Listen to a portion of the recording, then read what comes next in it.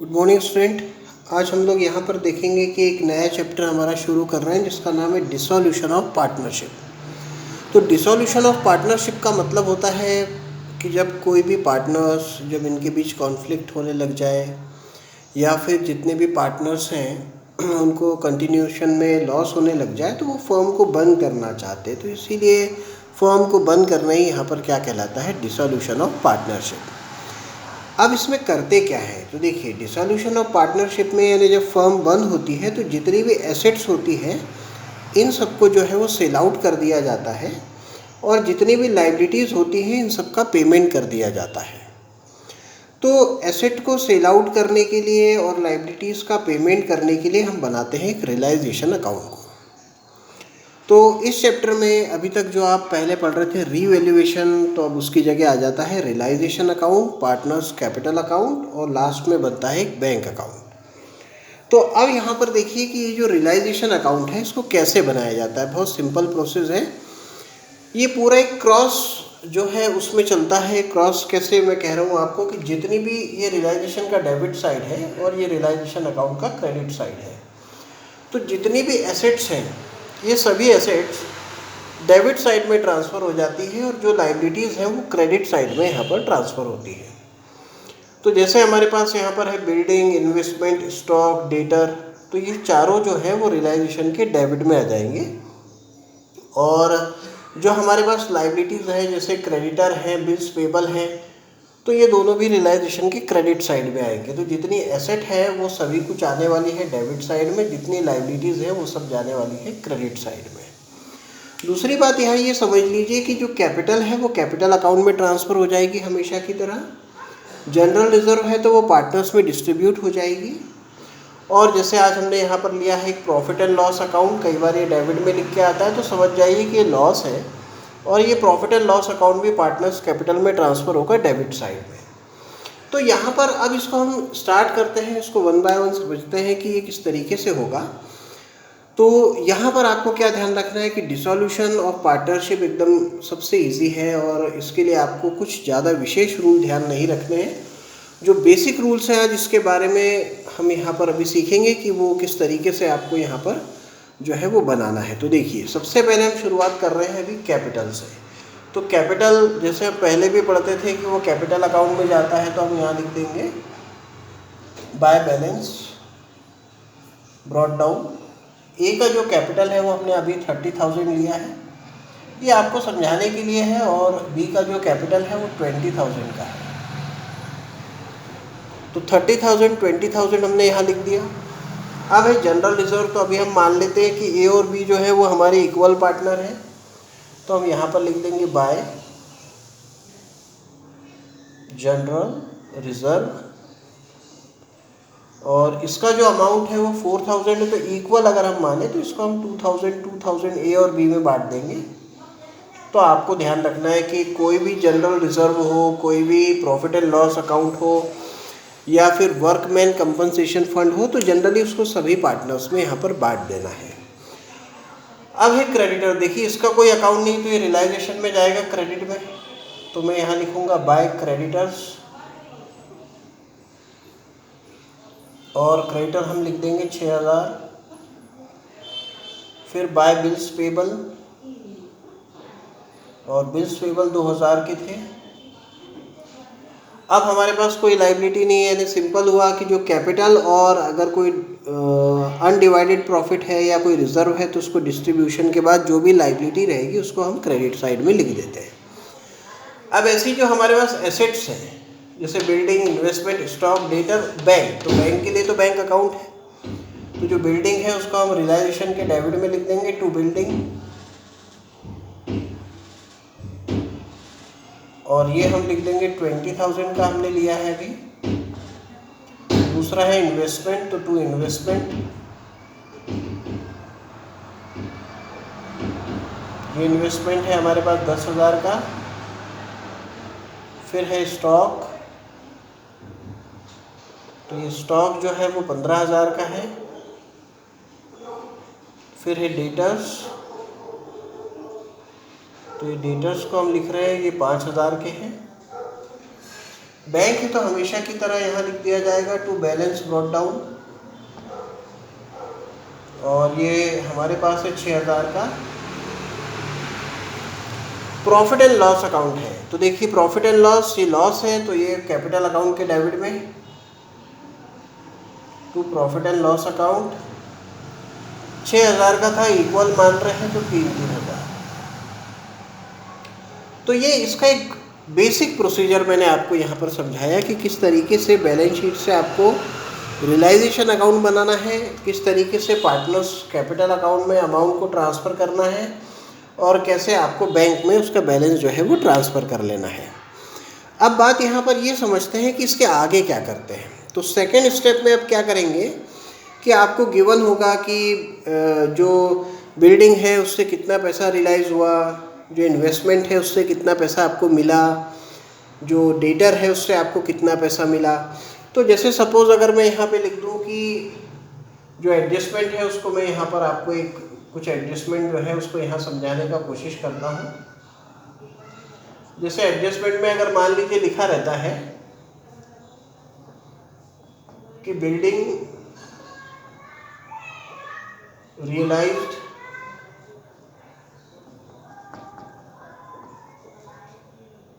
Eight 25,000 rupees, तो ये हमको एक हमने मान लिया कि पहला एडजस्टमेंट है कि भाई जो बिल्डिंग है उससे हमको कितने हज़ार रुपये मिले, 25,000 रुपये मिले। तो हल क्या होगा, तो देखिए जो यहाँ बिल्डिंग, इन्वेस्टमेंट, स्टॉक, डेटर लिखा है, इन सबसे पैसा जो मिलेगा तो वो क्रेडिट साइड में मिलेगा, और जितने भी लाइबिलिटीज़ है उसका पेमेंट किधर होगा, डेबिट साइड में। तो अब बहुत सारी एसेट है, इनसे जब रियलाइजेशन होगा तो आपने अगर बैंक अकाउंट बनाया तो सेकेंड स्टेप आपको क्या करनी है कि दोनों साइड लिख देना है बाय बैंक अकाउंट और टू बैंक अकाउंट। ये हमको अपने मन से, अपनी तरफ से यहाँ पर लिखना है, ताकि जब हम एडजस्टमेंट पे जाएं तो जिनसे हमको रियलाइजेशन होगा उनका अमाउंट हम इस बैंक की लिस्ट में लिखेंगे।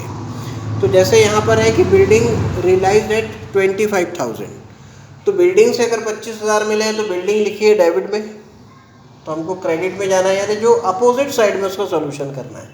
तो बिल्डिंग से अगर है 25 तो हम यहाँ लिख देंगे बिल्डिंग 25,000। फिर मिला है, मान लीजिए हमको लिखते हैं वो कि इन्वेस्टमेंट एट, ले लेते हैं हम 8,000, स्टॉक मान लीजिए कि ये है आपके पास रियलाइज हुआ है 10,000 में या 12,000 में, और डेटर से जो हमको पैसे मिले हैं मान लेते हैं वो मिले हैं 4,000। तो अब इन्वेस्टमेंट से अगर 8,000 मिले हैं तो इन्वेस्टमेंट डेबिट में लिखा है, हल क्रेडिट में हो जाएगा। इन्वेस्टमेंट 8,000,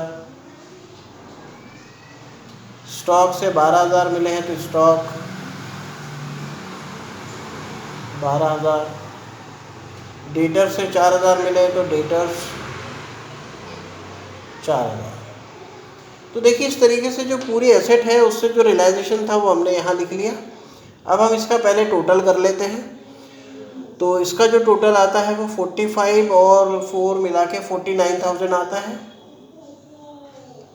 तो ये लिखा है बाय बैंक में जो अमाउंट है वो 49 है, यानी 49,000 आपको बैंक अकाउंट में ट्रांसफ़र करने हैं। तो ये लिखा है रियलाइजेशन के क्रेडिट में, तो बैंक के चले जाएंगे डेबिट साइड में। तो मैं बैंक के डेबिट साइड में जाता हूँ और यहाँ लिख देता हूँ टू रियलाइजेशन। अगर आप इस स्टेप को भूल जाएंगे तो आपका आंसर कभी भी नहीं आएगा, क्योंकि यहाँ एंट्री बनी है bank account debit to realisation, bank के डेबिट में जाना होगा और यहाँ लिखना होगा 49,000। अब ऐसे ही लाइबिलिटी में देखिए, अगर मान लीजिए लिख देते हैं कि भाई creditors paid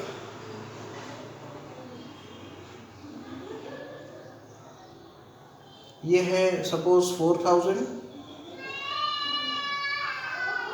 and bills payable 2000 ले लेते हैं और एक नया नाम ले लेते हैं रियलाइजेशन एक्सपेंसेस, ये ले लेते हैं 1000। तो अगर यहाँ पर देखिए कि क्रेडिटर्स को 4000 का पेमेंट किया जाए, बिल्स पेबल का 2000 का पेमेंट किया जाए, रियलाइजेशन एक्सपेंसेस 1000 के हो, तो ये किधर सॉल्व होगा? तो ये क्रेडिट में लिखा है तो डेबिट में सॉल्व होगा। तो हमको यहाँ लिखना होगा क्रेडिटर्स जिनका पेमेंट किया गया 4000, बिल्स पेबल 2000 और रियलाइजेशन एक्सपेंसेस 1000। अब इनका अगर हम टोटल करें तो ये टोटल हो जाता है 7000। तो अगर ये 7000 जब आप बाहर लिखेंगे तो ध्यान रखना है ये टू बैंक लिखा हुआ है, यानी बैंक अकाउंट जो है वो क्रेडिट हो रहा है, realisation debit to bank entry बन रही है। तो इसको अब ये डेबिट का है तो बैंक अकाउंट में जाने वाला है, तो ये लिखा रियलाइजेशन के डेबिट में है तो बैंक के कहाँ पहुँच जाएगा? क्रेडिट साइड में बाय रियलाइजेशन, और यहाँ लिख दिया जाएगा 7000।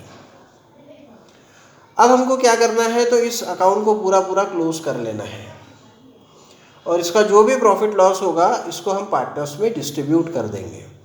तो अभी हम इसका टोटल भी लगा लेते हैं। तो ये हो जाता है आपके पास देखिए 20, 30 और 50, 57 डेबिट साइड में है, और यहाँ देखिए तो 49, 51 और 6, 57 ही है। तो आज रियलाइजेशन करने से नो प्रॉफिट नो लॉस, दोनों साइड इक्वल है, तो नो प्रॉब्लम, कोई भी प्रॉफिट डिस्ट्रीब्यूट नहीं हो पाएगा। अब बचता है कैपिटल अकाउंट, तो अब हम इसको बंद करते हैं। तो ये हो जाएगा 32,000 और ये हो जाएगा 22,000। जब उसमें से 3000 माइनस होगा तो यहाँ बचेगा 29,000 और यहाँ बचेगा 19,000। तो ये अकाउंट हमारा क्लोज हो जाएगा 32 से और 22,000 से। लेकिन अब देखिए हमेशा की तरह यहाँ पर बाय बैलेंस या टू बैलेंस नहीं आ सकता क्योंकि फॉर्म बंद हो गई है, तो इसलिए ये जो अमाउंट रहेगा वो भी बैंक में पार्टनर्स को पे आउट कर दिया जाएगा। तो फाइनली यहाँ पर भी लिख दिया जाएगा टू बैंक अकाउंट। तो बैंक के क्रेडिट में जाना है, यहाँ लिखना है बाय एस कैपिटल अकाउंट और उसका जो अमाउंट है वो 29,000 का है। यहाँ जाके लिखना है बाय बीस कैपिटल अकाउंट और इसका जो अमाउंट है वो 19,000 है। तो अब हम इसका अगर टोटल लगाएं तो ये दोनों साइड जो है वो हमारे लगभग इक्वल आने चाहिए। तो ये आ रहा है हमारे पास 55,000 डेबिट साइड में और क्रेडिट में भी जो है इसका टोटल है 55,000। तो अगर बैंक साइड का टोटल आपका इक्वल आ जाता है तो समझ लीजिए आपका जो क्वेश्चन है वो आपने सही सॉल्व किया है। तो आप इस रूल्स को जो है काफ़ी अच्छे से प्रैक्टिस कर लीजिए कि ये किस तरीके से यहाँ पर जो डिसॉल्यूशन का क्वेश्चन है वो सॉल्व किया जाता है।